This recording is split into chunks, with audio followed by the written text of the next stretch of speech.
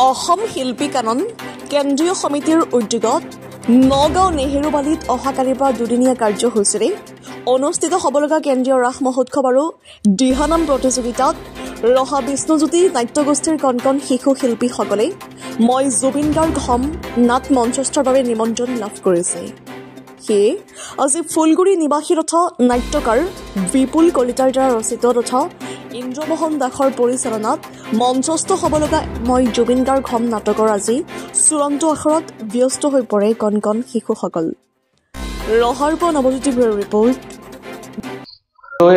আৰু পৰহিলৈ অসম শিল্পী কাননৰ উদ্যোগত দুদিনীয়াকৈ কেন্দ্ৰীয় ৰাস মহোৎসৱ আৰু সদৌ সমিতিত দিহানাম প্ৰদৰ্শন তাত আয়োজন কৰিছে নগাঁও নেহেৰুবালি ফিল্ডত। সেই মানসেৰে অসম শিল্পী কাননৰ কেন্দ্ৰীয় সমিতিৰ তৰফৰ পৰা ৰহা বিষ্ণুজ্যোতি নাট্যগোষ্ঠীক মই জুবিন গাৰ্গ হম নামৰ নাটকখন নিমন্ত্ৰণ জনাইছে।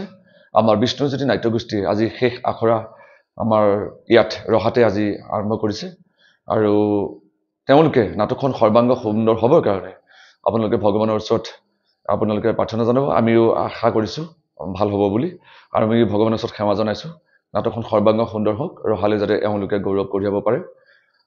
মই পৰিচালক হিচাপে তেওঁলোকক আশীৰ্বাদ জ্ঞাপন কৰিছোঁ।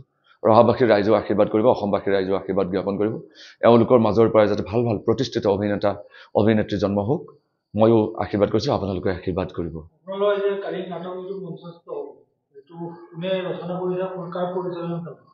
আমাৰ যিখন নাটক মই জুবিন গাৰ্গ হম, এই নাটকখন ফুলগুৰিৰ নিবাসী বিপুল কলিতাদেৱ, তেখেত চাপৰমুখ বিবি হানচাৰিয়াৰ ইংৰাজী বিষয় শিক্ষক, তেখেতে নাটকখন লিখি উলিয়াইছে আৰু মই নিজে পৰিচালনা কৰিছোঁ।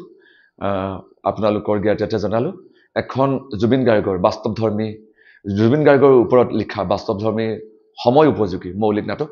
সকলোকে মই পৰিচালক হিচাপে কাতৰেৰে নিমন্ত্ৰণ জনাইছোঁ।